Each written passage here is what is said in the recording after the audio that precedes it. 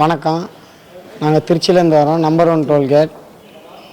நாங்கள் இந்த கோயிலுக்கு ரொம்ப நாளாக வந்துக்கிட்டு இருக்கோம். சாமி சொல்கிறதெல்லாம் நடக்குது. எங்கள் அம்மாவுக்கு உடம்பு முடியல.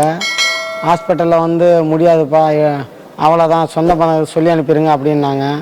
சாமியை வந்து பார்த்துட்டு நாங்கள் கேட்டு போனோம். எங்கள் அம்மாவுக்கு இப்போ உடம்பு குணம் ஆயிடுச்சு. டாக்டரே எப்படிப்பா இப்படின்னாங்க. இப்போ எங்கள் அம்மாவை கூப்பிட்டு வந்து நான் ஹாஸ்பிட்டல்லேருந்து கூப்பிட்டு வந்து கோயிலுக்கு வந்திருக்கேன். சாமி கும்பிட்டுட்டு சாமி சொன்னபடியே நடந்துச்சு. நாங்கள் பேங்க் லோன் கேட்டிருந்தோம். மேனேஜர் தரமாட்டேன்னாரு. 1 மாதம் 2 மாதமாக ரொம்ப அலைய வச்சாங்க.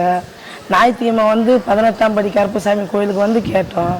சாமிக்கிட்ட வந்து கேட்கும்போது, சாமி இப்படின்னு வந்து நாங்கள் லோன் கேட்டோம், இப்படின்னு வந்து அவங்க கையெழுத்து போட மாட்டேங்கிறாங்க, 2 மாதமாக அலைஞ்சிக்கிட்டே இருக்கிறோம் சாமி அப்படின்னு கேட்கவும், அப்புறம் வந்து சாமி வந்து நீங்கள் போய் லோன் கேளுங்க, 18ஆம் படி கருப்பசாமி வந்து நடத்து கொடுப்பாரு அப்படின்னு சொன்னாங்க.